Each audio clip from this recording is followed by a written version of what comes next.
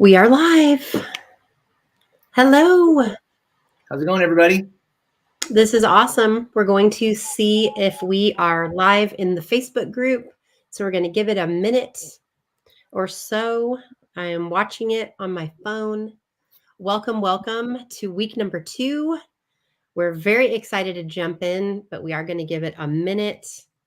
How's everybody doing? We have some new people that have just joined us, which is so exciting. We've had It's always good to have new people. Yes, it is awesome to have new people joining us. We're so excited that you're here.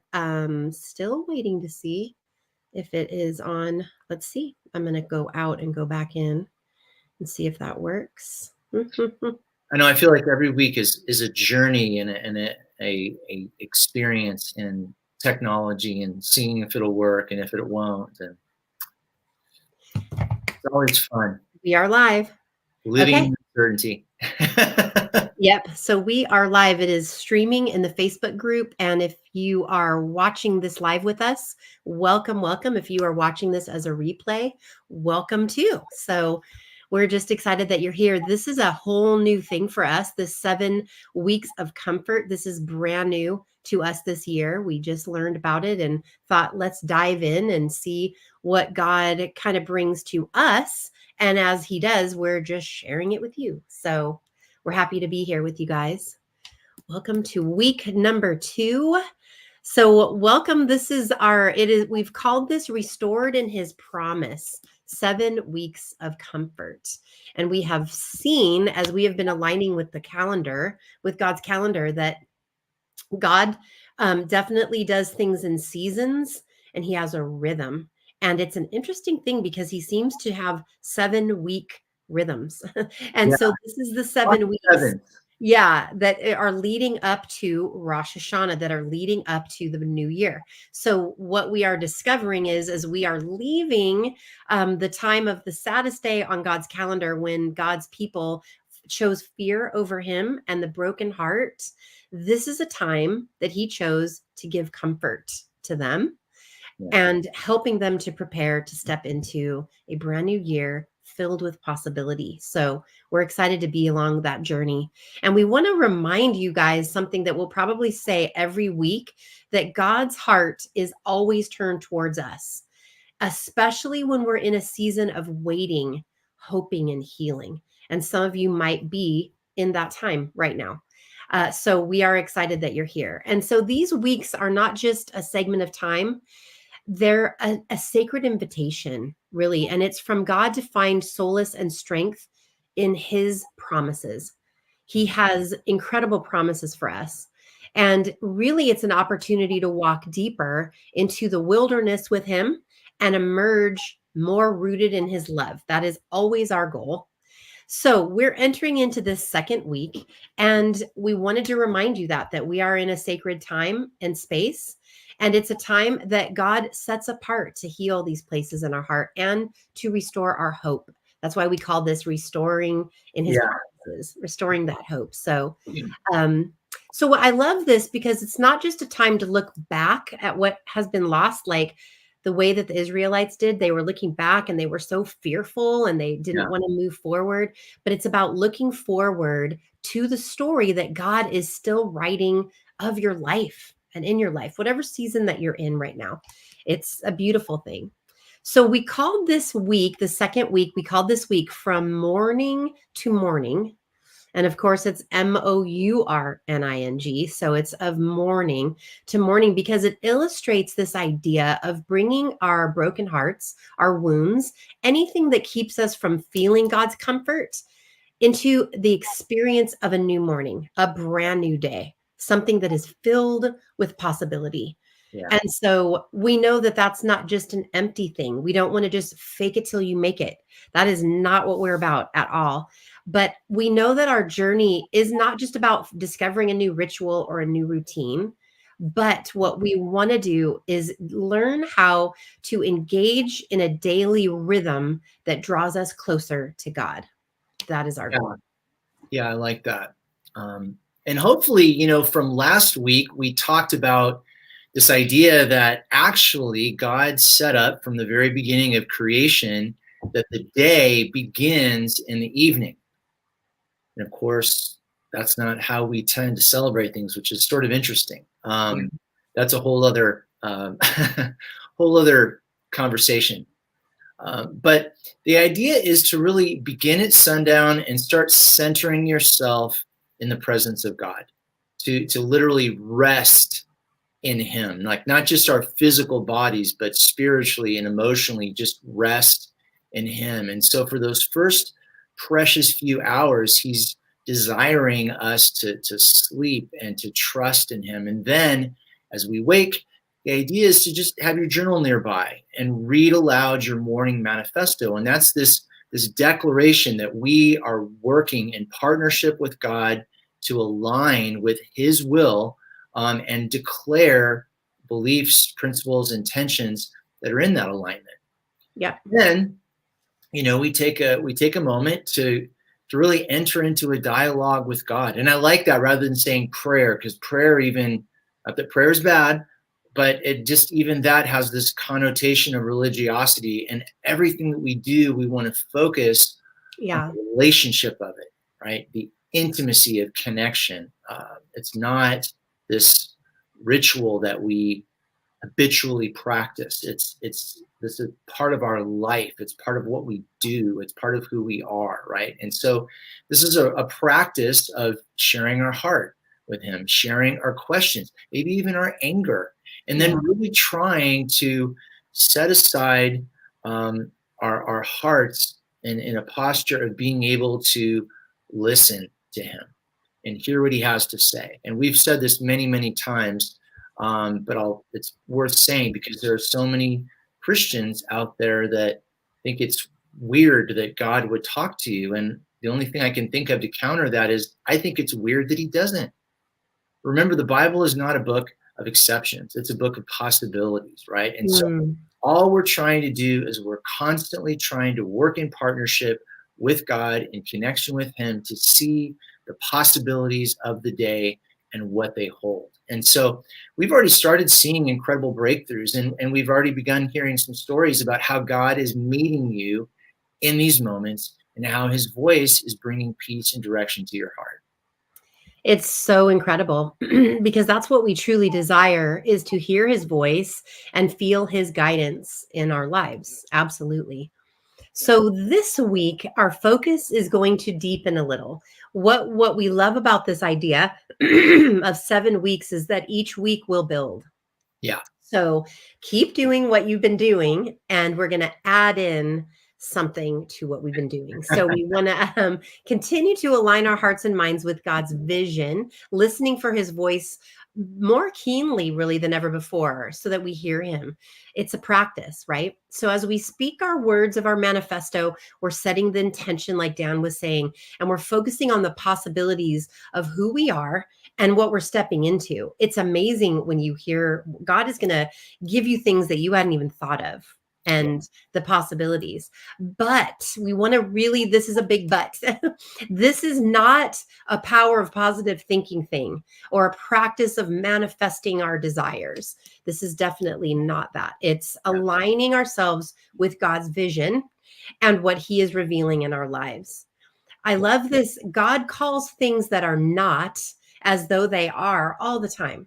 And in Proverbs 29, we learn, this is very, very powerful. Without vision, people perish.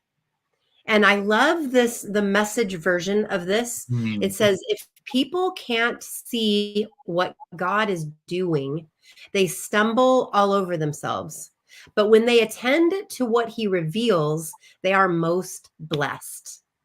And I really love the just how that is laid out, when they attend to what He reveals. And I really feel like that is speaking to what we are really talking about, is developing a habit of attending to hearing what He's revealing. And we can do that in prayer, like Dan was saying, but there's something that just hits differently when you're writing and you're listening. I know it does for me. Most definitely it does. So as we're practicing aligning our hearts and minds with God's, we're establishing a whole new level of hearing Him.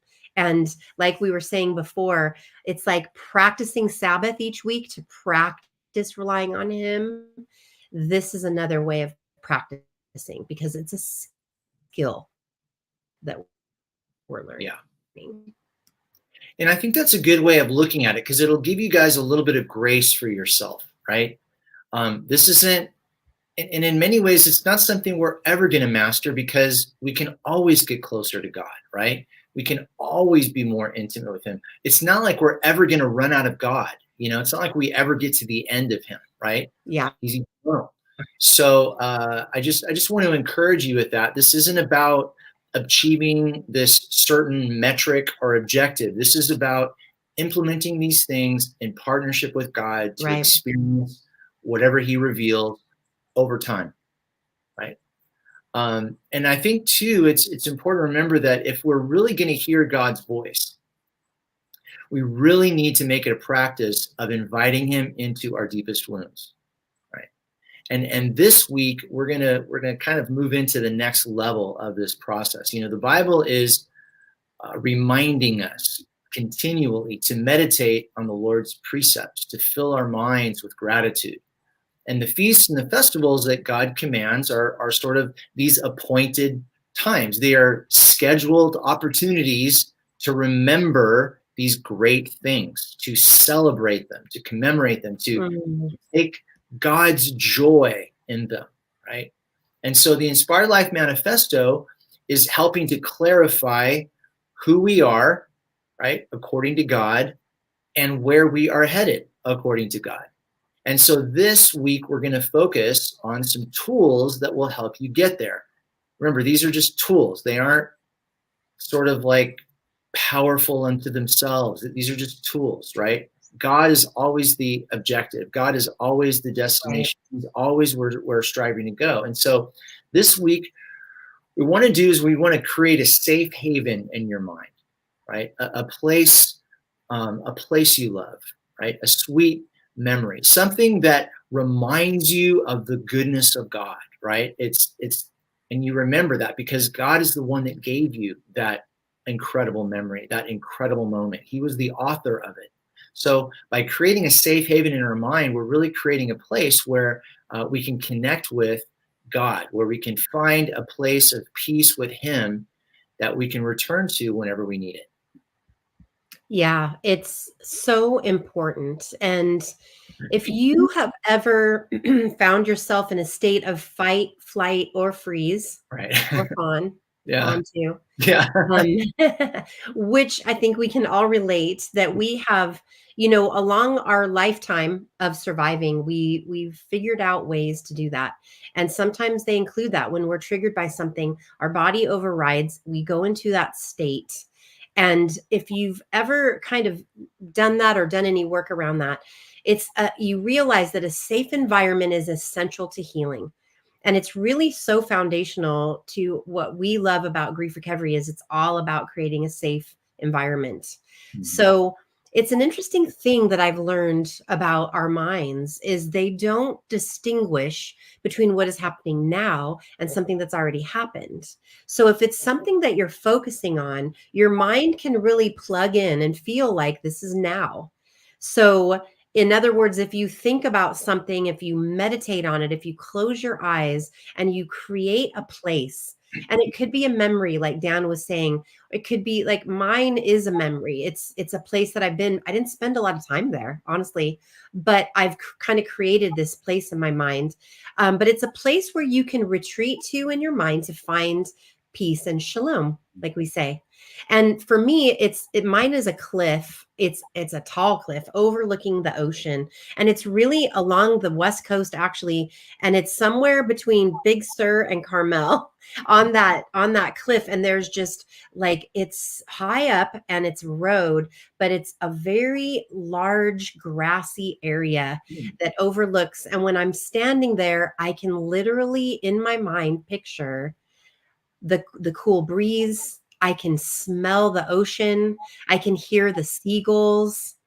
I grew up going to the beach a lot, so it's really easy for me to connect. And the beach was always a place that I would go for peace and for connection. So I can go there anytime in my mind. And it is a safe haven. And what I love about that is when I'm there and I'm thinking about that, There's no restless, anxious, hurried feeling at all. It's completely peaceful. None of that even exists there. Yeah. And we really all need a place like that, Yeah. because that is what allows kind of like the creative power of our minds to even come forth. Because when we're in a fight, flight, or freeze mode, we're not in a create mode. We're not in a receive mode. We are in a full protection mode. So it's about finding that place and creating that. And you can, write it out if you want. You can just, really take some time to visualize your place, and that'll be your place. And you might, it might be a little different when you go. It might be a different season. It might be cold one time. It might be warm. It might be all the time the same. Whatever this is for you is what you make it. So a safe haven. And I love this Psalm 8. This is just part of it because it's long, but I wanted to share. It offers a beautiful glimpse into this is kind of shalom through David's eyes. So King David wrote this, and it says, Lord, our Lord, how majestic is your name in all the earth. You have set your glory in the heavens. And when I consider your heavens, the work of your hands, the moon and the stars, what is mankind that you are mindful of them, that you have made them a little lower than the angels and crown them with glory and honor? It really is pretty amazing when we think about how God is so mindful of us, and if he follows us into the depths, he follows us, he's everywhere. And it's just such an incredible thing to imagine that in that safe place, he's there and there's peace. And it's a very important part of grounding and of setting your mind in that place. And that's what we're adding in this week, is to create that safe haven. Yeah. So it's a place of refuge and connection. And the more that you invest in it, the more powerful it becomes. So we know some of you maybe didn't experience a lot of safety in your life. And maybe this might be something that we want to encourage you that you can create for yourself. You can. This is a priceless investment that will serve you as we continue on through these next 6 weeks of comfort in this series. Absolutely. Yeah, and I think it's a good idea to enter your safe haven as you kind of begin your evening, right? At the beginning of it, which we now know is the beginning, right? Yeah. So as you enter your evening, remembering that sundown is actually the start of your day. It's really a beautiful way to prepare your heart and mind for rest as you just sort of ease into the comfort of God's presence. And so this week, we encourage you to add to your journal those things that bring you joy, memories that bring you joy, lists of gratitude, things that God has answered your prayers, positive affirmations that God has, meditate on the truth of what God says about you and about how he feels about you, right? Any scriptures that speak to your heart. There's no magical formula. It's just whatever is grabbing hold of your heart that brings joy to it. That's what you want to put in there. Because honestly, it's very easy. And unfortunately, I don't know why neurologically, but we tend to cling to the negative more than we cling to the positive. Yeah. Somebody can tell us 5 things that they just are amazing about us, and they give us like a mild thing to work on, and all we hear is I suck. It's just, I don't know what it is. And so, but that's okay, because understanding that about our human nature, we just have to be a little bit more intentional counteracting it. And I think a great way to do that is to kind of add in these things to your journal, like the things that bring us joy, so that we don't carry around a record of wrongs. In fact, we're now going to create a record of rights. This is a deliberate list of the good that's happening in your life, as well as the people who've contributed to it. And focusing on the good is actually a skill. Yeah. It sounds weird maybe to say that, but it's actually a skill. And so, like anything else, it requires practice. Yeah. So again, if you miss a day or, or forget or leave something out, don't worry about it. There's not a test at the end of all this, Yeah. right? This is just a process, right? To get us into increasing intimacy with God. That's it. This is just a way to do that. These are just tools. There's nothing magical or special about these tools, right? They're just a way to get us to God, which is where the awesomeness is. That's where the peace is. And so, just like, for example, Sabbath and the practice of it, one of the things is it teaches us to rely on God instead of relying on ourselves or our own efforts, our own thoughts, our own wisdom, our own fill in the blank. Yeah. We're relying on God. And so when we start practicing gratitude, it starts to realign and rewire our mind to more easily and readily recognize and therefore celebrate the good things in our lives. Now, this is not about just being super positive and just, we're not talking about that. Because you know what? Life is hard. Bad stuff happens. There's tragedy all around us. Pick up your smartphone and spend 2 seconds. So we're not naive to what's going on, but this is just saying, what are we going to choose to focus on? Right. Right? Where are we going to commit our attention? Yeah, we can be aware of a lot of things that are bad, but is our attention going there, or is it going to God and to the goodness that He gives us? That's really all we're saying. We're not saying go blind. We're saying put your intention in these things and then celebrate the goodness. And the more we do that, the more sensitive we become to the goodness, to the blessings, to the peace that God is offering us. Yeah, that's awesome. Yeah, that is really good. And it's making me think about, we've been doing Inspired Life now for a long time. And when we started, we talked a lot about our tagline, which was always bridging the gap between inspiration and destiny. And I have always loved that because inspiration is amazing and it's important. We want to be inspired, but it's just the beginning. And bridging the gap, what's in between there is the kind of things that we're talking about. It's the engaging in being proactive at healing, being proactive of doing whatever you can to basically, I would say, like, heal your heart so that you can be connected to God. That's what God cares about the most, is your heart. And it's interesting because we talk a lot in here about our calling and really preparing for these things, but really our calling is to be connected to God. We Right. are daughters of God, we are sons of God, and our calling is that. What God does with us along the way is just like, wow, that's something that we get to experience with Him that will blow our minds.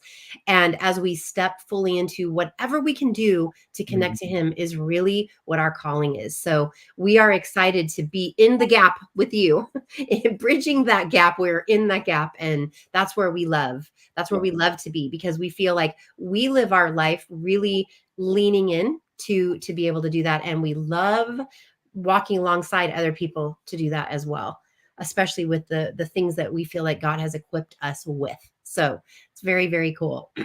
So an overview, your challenge for this second week is, one, to create a safe haven. To create this time, take this time to visualize it. Take some time tonight before you fall asleep, while you're laying down, and visualize your safe haven. Where is it? What pops up for you? You can write it all out if you want. If not, I've been doing this for a while now, and I didn't, until I did this, write it down. So you don't have to write it down, but you might want to write it down. Have it in your mind. So take the time to visualize it, write it out if you want. And this is going to be your place. This is going to be your place that you can retreat to for peace, for connection, for shalom. Love that. Number 2 is going to be continue on your journal, continue reading your manifesto and all those things, but adding to that the gratitude and the positive thoughts. We're kind of calling it a positive thoughts journal. entries. So each morning after you have this interaction with God, write down what brings you joy. Is there a trip you want to take? Is there something that a trip you took that you want to recall the memory of?